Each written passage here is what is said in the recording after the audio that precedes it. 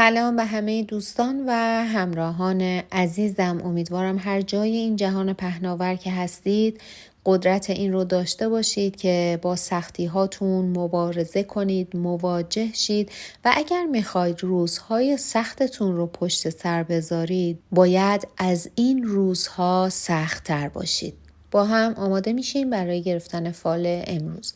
هر نیتی که در ذهنتون دارید، نیت کاری، احساسی، تغییر شغل و مکان، هر نیتی که دارید انجام بدید. تا چند ثانیه دیگه میریم سراغ دیوان و من غزل و تفسیرش رو براتون میخونم.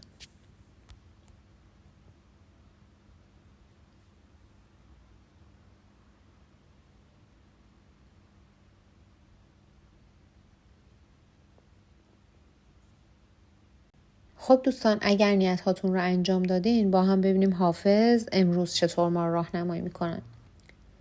ستاره‌ای بدرخشید و ماه مجلس شد، دل رمیده ما را رفیق و مونس شد. نگار من که به مکتب نرفت و خط ننوشت، به غمزه مسئله آموز 100 مدرس شد. به بوی او دل بیمار عاشقان چو صبا، فدای عارض نسرین و چشم نرگس شد. به صدر مصطبه ام می نشاند اکنون دوست، گدای شهر نگه کن که میر مجلس شد. خیال آب خضر بست و جام اسکندر، به جرعه نوشی سلطان ابوالفوارس شد. طرب سرای محبت کنون شود مأمور، که طاق ابروی یار منش مهندس شد. لب از ترشح می پاک کن برای خدا، که خاطرم به هزاران گنه موسوس شد. کرشمه تو شرابی به عاشقان پیمود، که علم بی خبر افتاد و عقل بی حس شد.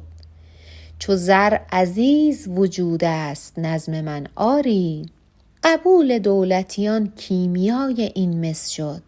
ز راه میکده یاران عنان بگردانید، چرا که حافظ از این راه رفت و مفلس شد.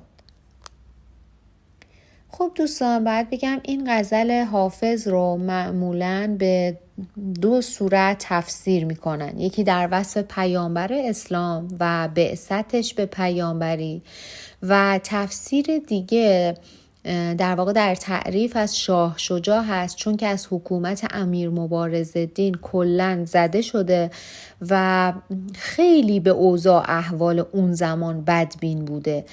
به هر حال حافظ شاه رو ستاره میدونه که درخشیدن رو آغاز کرده و مثل ماه رفیق و مونس دلهای آزرده هست. اما در تفسیر این غزل دوستان باید بگم این غزل حافظ یکی از بشارت‌آمیزترین غزل‌های ایشون هست و بدون شک روزهای روشن‌تری در برابر شما قرار میگیره و این فال یکی از بهترین فال‌های حافظ هست. در واقع طلوع ستاره خوشبختی رو داره نوید میده. سعی کنید از فرصت‌های پیش روتون نهایت استفاده رو بکنید و هرگز نسبت به مشکلاتی که براتون پیش اومده در حال حاضر باهاش مواجه هستید احساس ضعف و ناتوانی و ناامیدی نداشته باشید. برای موفق شدن شما نیاز دارید که هوشیار باشید، دقت بکنید و تمام موقعیت ها رو توی هوا بقاپید. باید فرصت طلب باشید توی این موقعیت هایی که قرار میگیرید و همونطور که گفته شد هوشیار باید باشید، حواستون رو باید جمع بکنید. ستاره بخت و اقبال شما مثل ماه نورانی و بلند مرتبه هست. به امید خدا، به کمک خدا موقعیت خوب اجتماعی نصیبتون میشه. اگر نیت تغییر شغل داشتید، اگر نیت تحصیلی داشتید، اینها برای شما برآورده میشه. اما یادتون هم باشه که در انتخاب مسیرتون دچار اشتباه نشید. نه اینکه شما مسیر اشتباه رو انتخاب بکنید بعد بگید چرا من به موفقیت نمیرسم. موفقیت در طالع شما هست، اما اینکه چه مسیری رو برای خودتون انتخاب بکنید، با عقل و درایت پیش برید، با مشورت پیش برید و راه درست رو انتخاب بکنید یا نه از روی غرور و خودپسندی فکر کنید به راهنمایی کسی احتیاج ندارید و هر چیزی که شما میگید درسته و به راه اشتباه برید، خب معلومه به موفقیت نمیرسید. برای همین هست که تاکید میکنه از فرصت هاتون به نحو احسن استفاده بکنید و در راه رسیدن به خواسته هاتون سعی بکنید راه و مسیر درست رو انتخاب بکنید و با عزیزانتون، افراد دلسوز و کسانی که تجربه زیادی دارن حتما مشورت بکنید. در بیت 8 میگه کرشمه تو شرابی به عاشقان پیمود که علم بی خبر افتاد و عقل بی حس شد. میگه ناز و غمزه چشم خمار تو مثل می میمونه که به عاشقان نوشیده شده و مست شدن. در نتیجه توی اون حالت علم نکته‌دان هم که آگاه هست همیشه به ناآگاهی رسیده و عقل از دریافت و درک مطالب جا مونده. در واقع اینجا هم باز داره اشاره میکنه که حواستون رو جمع بکنید که از راه درست منحرف نشید. و در بیت بعدی میگه چو زر عزیز وجود است نظم من آری، قبول دولتیان کیمیای این مس شد. حافظ میگه شعر من مثل طلا گرانبها و کمیاب هست و میگه وقتی که نیکبختان حرفهای من رو شنیدن و پذیرفتن اون رو به طلا تبدیل کرد.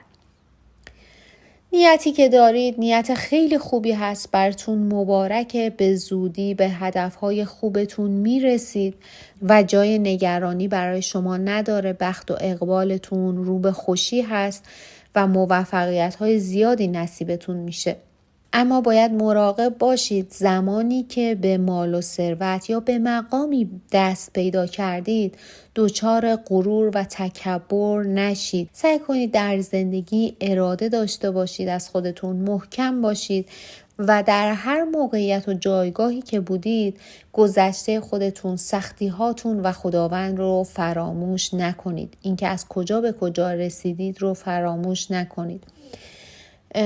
خدا رو فراموش نکنید که بهتون کمک کرده و قطعاً یاری خداوند بوده که شما رو به مراتب عالی رسونده و شما هم به عنوان نماینده خداوند روی زمین باید به اطرافیانتون، باید به نیازمندان و هر کسی از هم نوعان خودتون کمک بکنید و راه درست و راه انسانیت رو بین همه رواج بدید.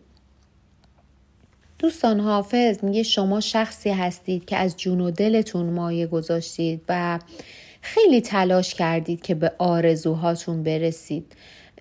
درسته که تا الان نتیجه دلخواه براتون فراهم نشده، اما همونطور که قبلتر اشاره شد شاید مسیر و راه مناسب رو انتخاب نکردید. بهتره از جای دیگه، از مسیر دیگه و راه دیگه شانستون رو امتحان بکنید و این طبیعیه که همیشه کارها بر وفق مراد ما و حساب و کتابی که ما برای خودمون داشتیم پیش نره.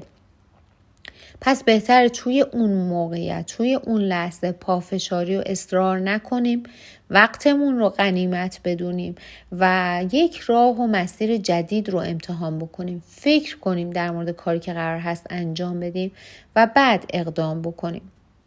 دوستان، اگر نیت فرزند داشتید باید بگم 4 فرزند در طالع شما دیده میشه و دوستانی که در زندگی مشترکشون با شریک احساسیشون یک تنشی ایجاد شده و یک مشکلی براشون به وجود اومده، حافظ میگه فکر نکنید که دیگران از شریک احساسی شما بهتر هستن.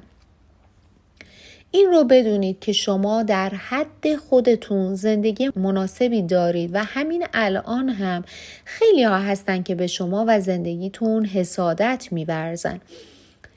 درسته که خیلی چیزها شاید طبق میل شما پیش نره، اما اون افرادی که شما فکر میکنید از همسر شما بهتر هستن، در واقع شما دارید ظاهر زندگی اون افراد رو میبینید. شما با اون آدمها زندگی نکردید، نمیدونید درون زندگی اونها چی میگذره و به قول این مثل معروف که ظاهر زندگی دیگران رو با باطن زندگی خودتون مقایسه نکنید و در آخر حافظ میگه عشق مثل یک لباسی هست که طبیعت اون رو نقاشی میکنه.